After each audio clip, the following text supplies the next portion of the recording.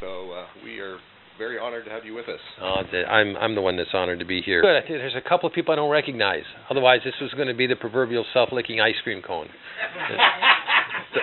Those in the military know what I'm talking about. It's an idea. It's a project. It's something that someone thought up that really just benefits themselves. So that's really good. I'm excited to be here and to introduce. We've got just a whole crop of chaplains that are here, and this morning we've got two of our most recently endorsed chaplains with us. But just to continue on the pun, I'm going to invite Pastor Early to come up first, and Brian Early. On there, I guess. All right. Hey, good morning, guys. Wow, I'll talk to you guys. All right. Well, again, my name is Brian Early. I've been with CB since 1980. Pastor at Selwood Baptist. Been down the South Oregon coast for 7 years in Meverden, and now I've been really never thought that I would be a chaplain. It really wasn't on my radar.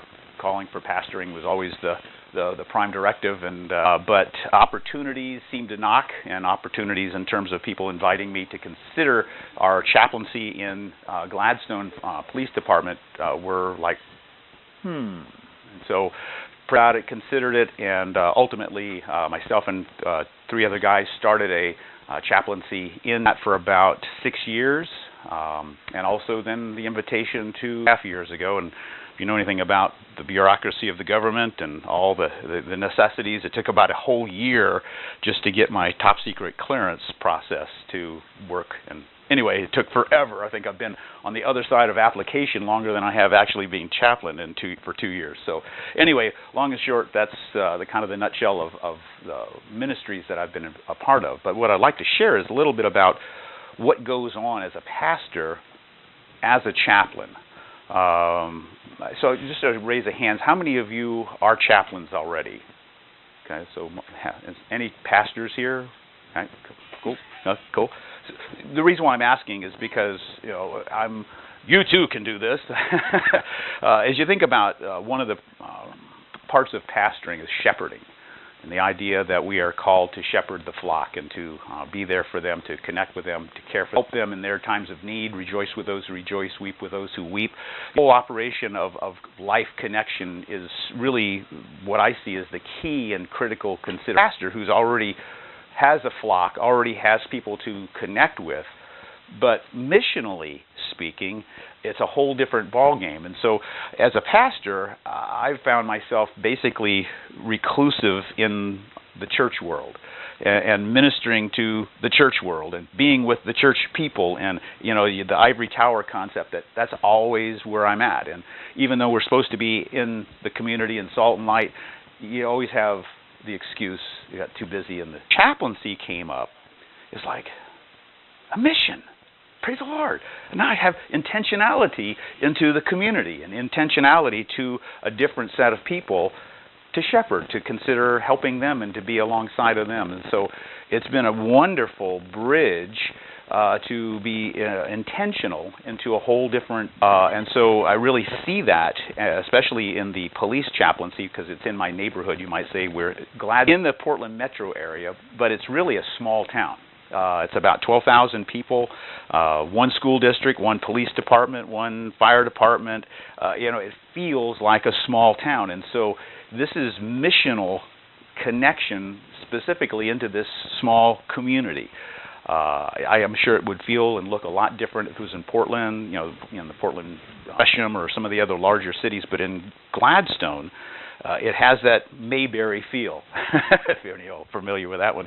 So some people have classified Gladstone as a sophisticated Mayberry. So it's a small town, but it's in the. So anyway, the people that we connect with, and now specifically the police, we have a small department. There's I think there's 20 officers and the staff. So to be able to connect with them, to be able to come alongside of them.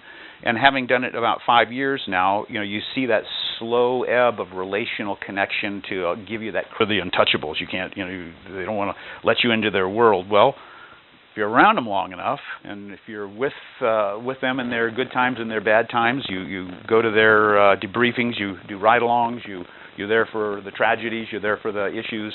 You begin to develop connection. So as a volunteer, which some of you who are full-time chaplains, that's your MO, that's what you do. But as a part-time, and even one of three, it's hard to get the time enough. But over the season, you start seeing the credibilities. You start seeing the department. The chief's assistant died on Monday, this past Monday, and so.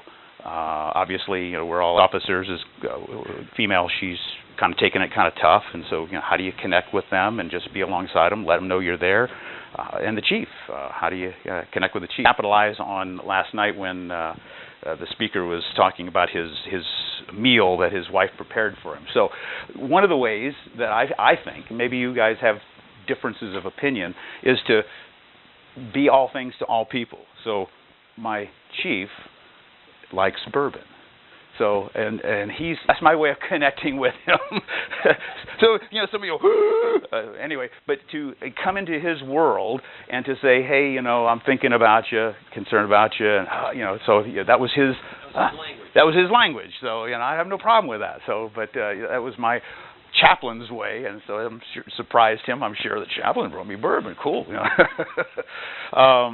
To be able to just connect where he's at in his life and in his loss, and so with the idea of being in the community, it's been huge because it's not only with the fire department. The fire department doesn't have an organized chaplaincy like we do. They have somebody who's kind of a on-call kind of guy, but frankly, they say we never see him. We don't even know who he is. Some of the guys don't even know his name. Actually, because of what we've been able to do with the police, they're kind of like say, could you guys come over here? Well, let's be that out. But it's kind of cool to hear that they want to have us join in with the fire department and be a part of that. Also watching it even happen within the staff of the city administrator and the city workers.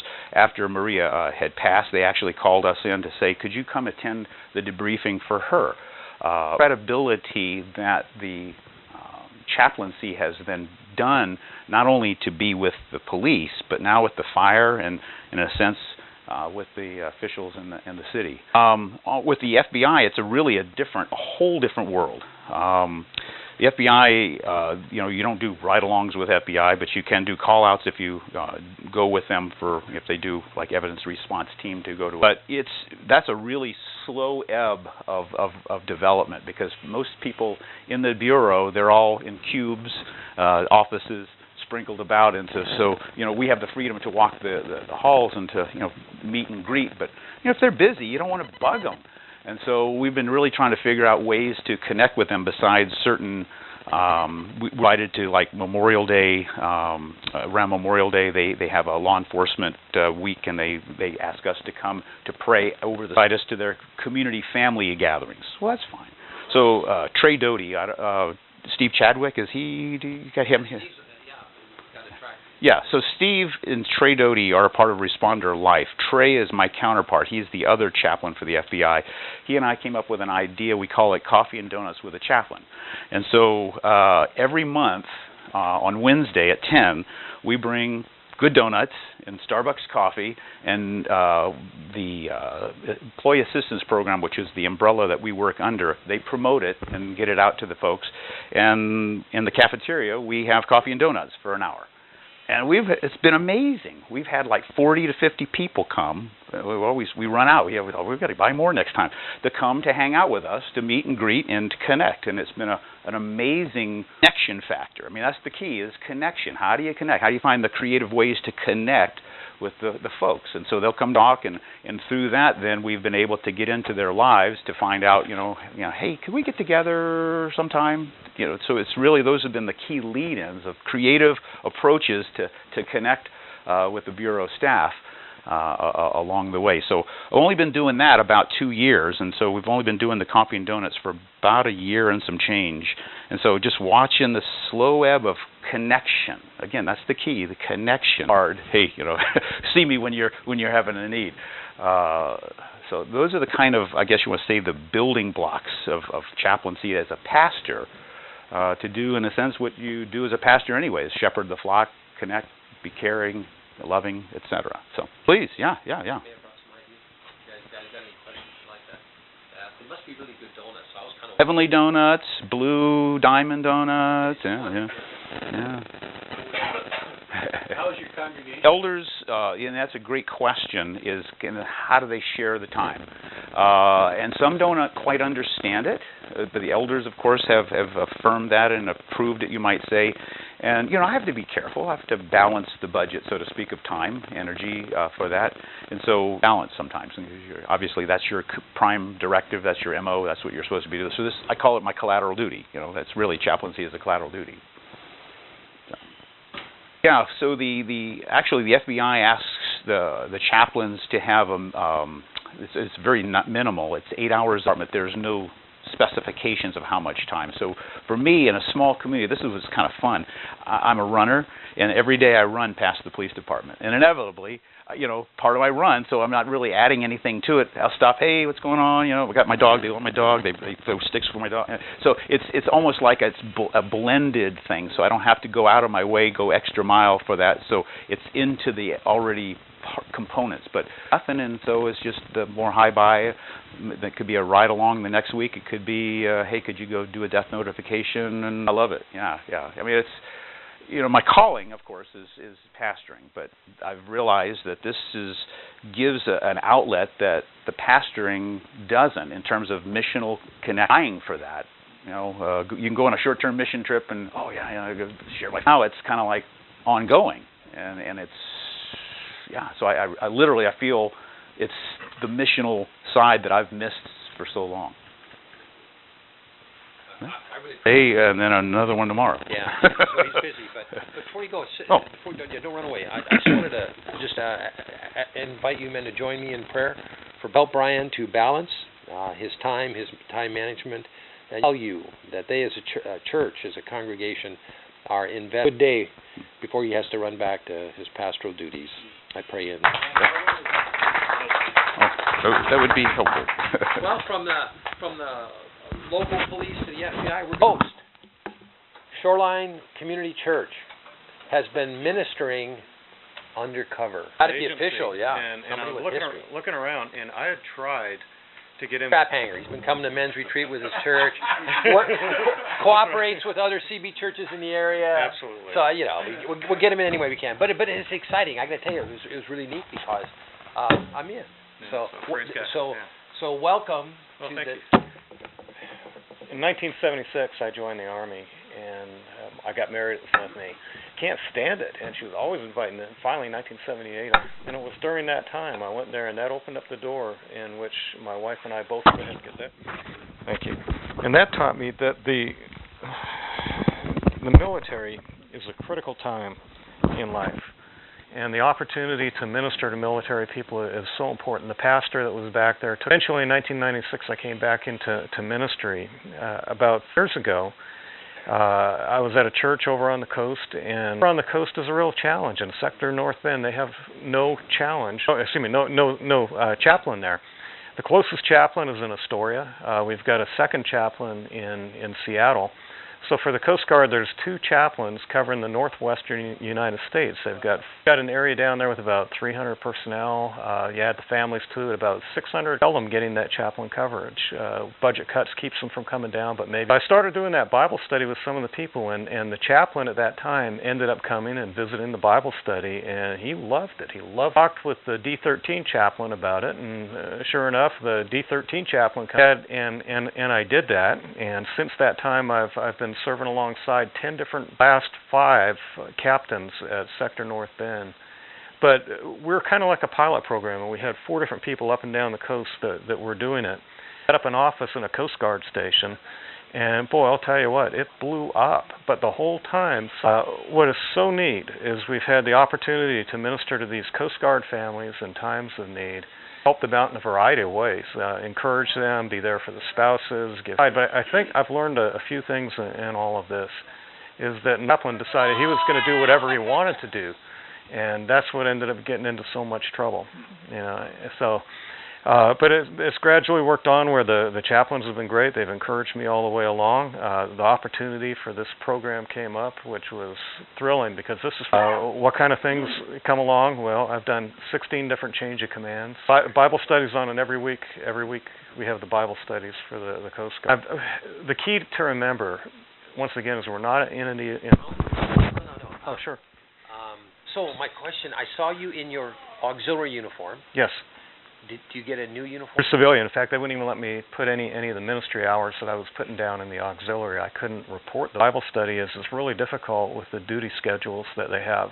Try to make consistency in that Bible study to get that feel. We'd have a worship time. We still have that. What we did is we brought in young adults as well. So we've got a blend of that does is it stabilizes the Bible study. So every week when people come, no, that's good. But it's good though. I mean, I've got them in uniform. I've got them. I've seen them do changes of command, and there he is. The big challenge I had is that I didn't meet the educational standards. But one of the neat things with the military people, one of the hardest times for them is the holidays. And so during the holidays, we routed them in, had an incredible worship leader in the house with a keyboard, believe it or not, for 45 minutes. Just a few months back, had a big gathering that we had outdoors. And so my pitch is, we have small Coast Guard units along the whole coast from Alaska on. My ministry's always been positive down in our area. It's been in other areas. It's been with the officers in D.C. that have had the problems with that. Coast Guard, every couple of years, everything changes. And now we've got new people in, and they're very, very supportive. Yeah, God's a great guy. And it happens when you're ministering and you're loving Coast Guard people is they kind of gravitate to you anyways. When you see someone without a smile, give them one of yours. And when you run into someone without faith, you share yours.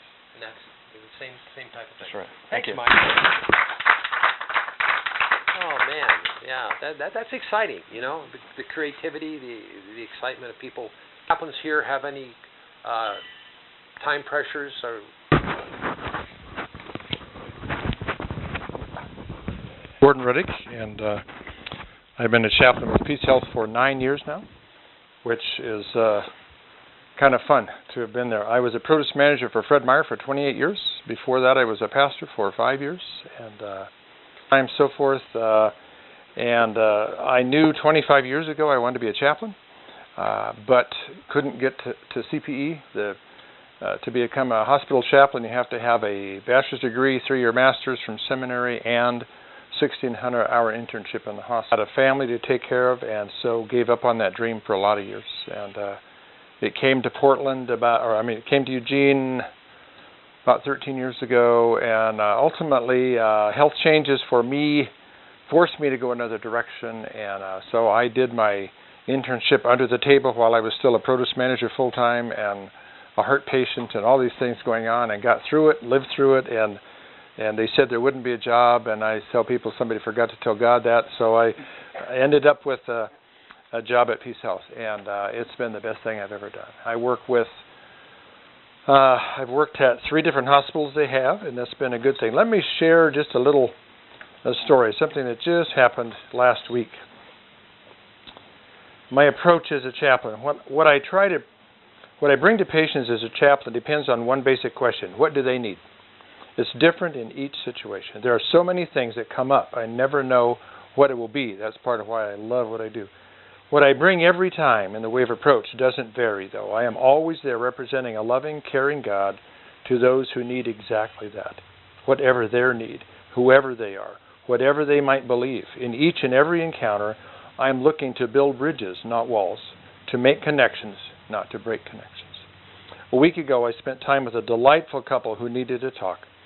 She was going home on hospice the next day. She told me she had been dealing with heart issues for many years, was just tired of the struggle. Tired of coming back to the hospital again and again, never with a prospect of actually making progress, just buying time. And that was becoming expensive in many ways for her. It was taking so much of her energy, and she was just tired, just done. Didn't want to do it anymore. She had fought a good fight, now that was over. I told her I could understand that. We talked of her faith connection and found that was solid for them both. She was not afraid to die and felt sure she knew where she was with God. So we talked about other things, looking for spiritual pain or issues that might come up. They had been married for 46 years. They had been a couple for 50. She was not afraid to die and felt sure she knew she was going to be with God. So we talked, excuse me, I'm on the wrong line there. So we could relate to that because we've been married about the same time. That's a lot of years and events to go through together. She talked of their kids and how proud of them they were. I told them that when I was sick some years ago and did not know if I would survive, I remember hearing a song on the radio where the singer claimed to want to go home to be with Jesus right now. When I heard that song and thought about it, I came to the conclusion that people who write those kind of songs are two things: young and healthy, because they figure they got another 40 years. And if you ask them, would you like to go see Jesus tomorrow? They would say, not so much. I got stuff to do. And I said, you got stuff to do? And they said, yeah. And I said, yeah, I understand that. Some of them weren't going to get done. And without a miracle going on, which is probably going to happen, the obvious one, they're not going to make 50 years of being married. And we talked about that, how hard that is. We talked about how sad that is. And the reality that every human love story on this earth ends with the death of one of those two people. And ultimately both of them. Nobody lives happily ever after here. It's the nature of being a human being. And so we acknowledge that, we talked about that, and we normalized that, which is what I do all the time with people. The price of love is grief. We talked about that. That doesn't mean it isn't worth it. It just means it hurts. We talked about the time they have left and how they want to spend it. I talked of the project I've been working on for a while, my 1969 GTO. I bring that up with just about everybody, it seems like, and how I finally got to take my wife out on our first date in it just a day before that. And how much fun that was. And he quickly stated, I had a 67 GTO, you know. We talked about his car. We talked about her car. And they just brightened up. And now he has a Jeep with a Chevy 350 small block in it. And so we prayed that they would get some time driving in that Chevy before she goes home to be with good stuff. And we also got to talk about something else. I told him a story about somebody else that had going home on hospice. And she said to me, I feel like I'm giving up. And I said, I don't think you're giving up. I think you're just going another direction. And the deep hurt that they have going on. And so I want to acknowledge that and help them through that and process that. What's going on with them? My ministry is never easy or simple or boring. It's the most fulfilling thing I've ever done. I told my boss sometimes, now I think I speak hospital a lot more than I speak church. She said, yeah, me too. I said, I like that. She said, me too. I get to be somebody who cares in a foreign land. You guys talk of the military stuff that has to be done. Hospital has that too. And you have to fit into that. And I do fit into that. I get to teach outpatient cardiac rehab because I've been through it. I've got the heart pillow and I've got the T-shirt. And I teach a whole person, really, and how to deal with the stuff you've just been through. And I get to tell them how I do that. And now they want to expand that. They want to move some more directions. So it's been fun to see some of that. What I did get to do with this lady, I prayed for her, and I said I would like to sing an old hymn for you. So I did. I sang the Charles Wesley song, Jesus, Lover of My Soul. And this is what it says: Jesus, lover of my soul, let me to thy bosom fly. Sing it. I will. Let me do the words for while the nearer waters roll, while the tempest still is high. Draw me, O my Savior, hide, till the storm of life is past. Safe into the haven guide, O receive my soul at last. And I said to her, do you think you've had enough storm? She said, yeah. I said, are you looking forward? I did. And said, never go out on the rough seas again. She said, no. I don't want to do that. They both thanked me when I left for the GTO, but for the looking at death with them, but looking at life with them, and how good a journey that had been.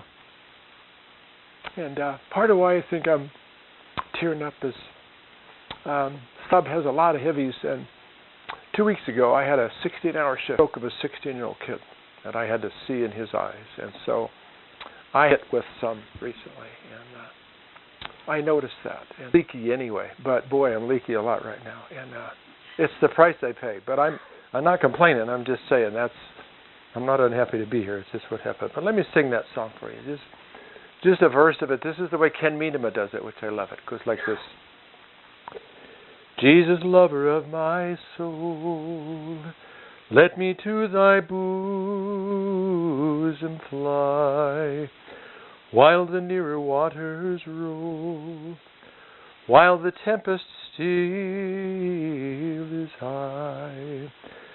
Hide me, O my Savior, hide, till the storm of life is past, safe into a haven guide. O receive my soul, Sometimes I'm on the edge of life with a lot of people. I'm with them when they die. I've sung many times for people while they're dying. And it's amazing. I so love what I do. People say, well, how does it compare to what you used to do? I said, hitting your banana order on the nose feels good. This is a little better, I received the greatest compliment I think ever a short time ago from a patient I spent some quality time with. He was able to open his soul to me and tell me why his wife had not been able to go to a doctor for 20 years and now was dying from cancer. Up on another floor in oncology department, and I went up to see her, and he was there in his gown and her gown, and they're talking, and he introduced me. He said, "This is Chaplain Gordon. I like him. He loves on people. That's what we need." I'd be happy with that statement about my life. I am a heart patient. I had surgery a few years ago for AFib. I've been zapped 15 times now for AFib. My heart's actually healthy, and I'm doing well. And God gave me back my strength. My heart function was down to half at one point, and that's back again. So I just love what I'm doing. I'm still doing it full time, and I get to work with staff, with chaplain, I'm not there to lead everybody to Jesus. That's not what my role is. But that doesn't mean that never happens.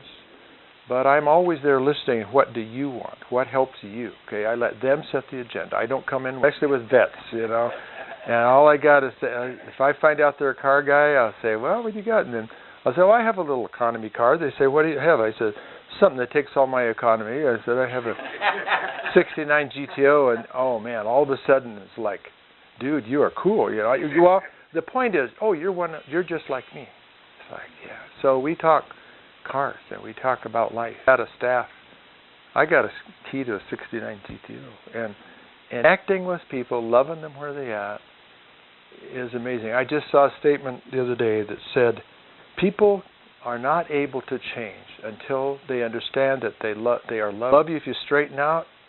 Dude, I love you right where you are. Tell me your story. And that's what I'm so convinced as a chaplain, that what people need is God's grace. And we are so stingy with it. We're never going to share somebody who might be they might need it more than God just pours it on us. And He says, you're the guys who limit that. He says, I have enough for everybody.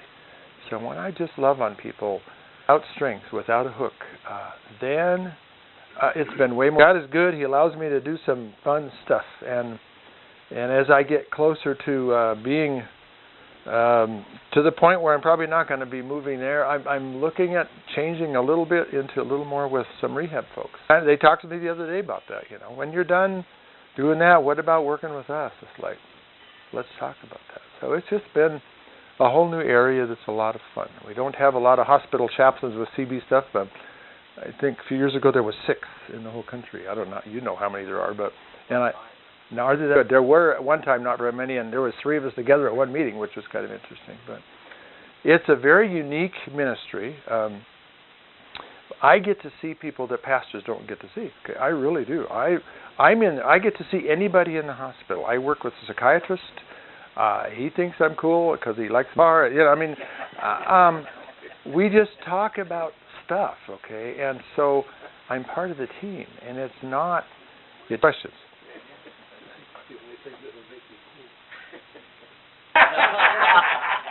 Yeah, Brian's my car guy. He knows it's got a '68 Muncie M20 in it with a Hurst shifter and a T handle on it. It's way cool. I have a couple pictures of it. Gary wanted me. He asked if I was bringing it up. It only has 250 miles on it. It went through a total restoration. I bought it as a piece of crap. It's 18 years ago, a pile, and it's taken all these years. It's got a cam and stuff at rumpity rumps. My wife doesn't like it because it's too loud and too stinky. We fix the stinky, live with the loud. So it's fun. So. Let me pray for Gordon.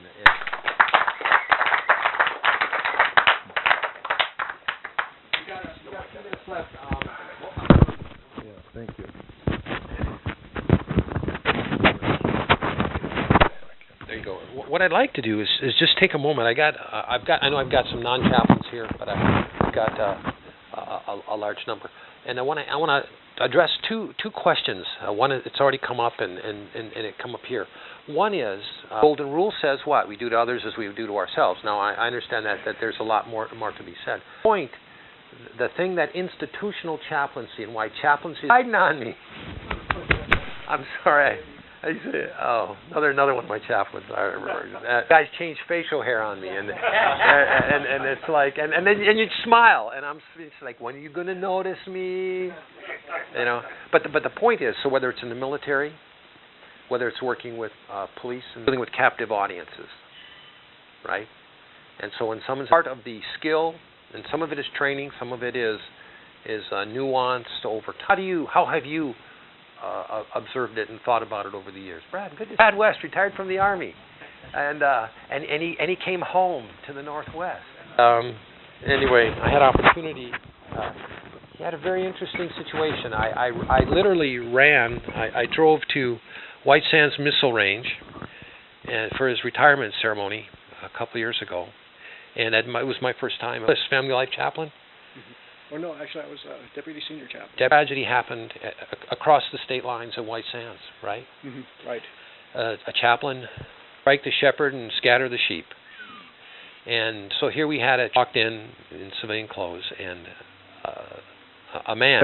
Actually, I was asked because there was a Fort Bliss. Fort Bliss is about 40 miles south of White Sands Missile Range, and I was newly promoted, but as deputy senior chaplain. My boss was gone when back to the basic course back in 1991, and my boss was gone when I got the call in the morning saying that their chaplain was missing.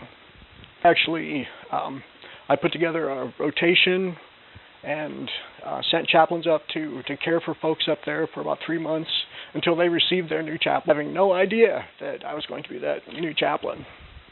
And in fact, they asked me, would you want to go to White Sands? And I said no, because I knew what was going on at White Sands, and I knew that there was a lot of hurt there. Because I debriefed the chaplains as they came, dealing with my own stuff that my friend committed suicide, and I wasn't sure that I was going to be able to help you. But the chief of chaplains said, West, that's where you're going, and so we went up there, and what a blessing. I felt I was way out of my league, but the great thing about feeling you're out of your league is then you have to have God take the whole process, which I won't go into. God led us to Bend, so the dry side of Oregon. We had left Oregon in 1994 to go on Western, and then pastored in Portland. And so I always wanted to come back to Oregon. We fell in love with Oregon. But after many years away and 5 years in the high desert of the Southwest, we decided that, we want to get used to the rain and the mold and the moss and the ferns and all the other things that are on this side, and so we ended up in Bend. There are 3 CB churches in Bend, and so that was another reason why we decided to land there. And so we ended up at Eastmont Church, and I was quickly invited to open a counseling ministry there. I'm a family life chaplain, so I was trained. The Army sent me off to get an additional master's degree in marriage and family therapy. And later on, went on and got my doctorate in marriage and family therapy. And so they invited. I've been doing with my spare time. So it's just been a real blessing. And again, God has verified that that's exactly where He desired for us to go and to be there. It's been great. I preach every once in a while. So actually, I'm preaching on October 1st. And so excited about that. But God's doing great things at Eastmont, so there's a real need there. The church is just exploding, just growing like dairy all at the same time. Once again in that position where God's just going to have to do His thing. because it's up to the task, and so it's a lot of fun. But it's good to see you all. I came up just to kind of touch base with the chaplains. I'm here with my son Alex. This is his first time at Roundup, and it's wonderful because now, different than when we were in the military, we're close to some family. So I've got 6 grandsons. 4, well, 1 just started Air Force basic training, but we've got the other 3 in Redmond, so just a short distance from us. And then my daughter out in Maryland, her husband's a Navy chief, and they've got 2 little boys. I just met my 6th grandson just a couple of weeks ago back in Maryland. And so we have to go all the way to the other side of the country to see the rest of our family, but we're used to that, being a military family. So, but it's really good to have some family close by. So, take the opportunity, Andy. It's good to see you. What questions do you have? Ask them some questions about transition. Yeah,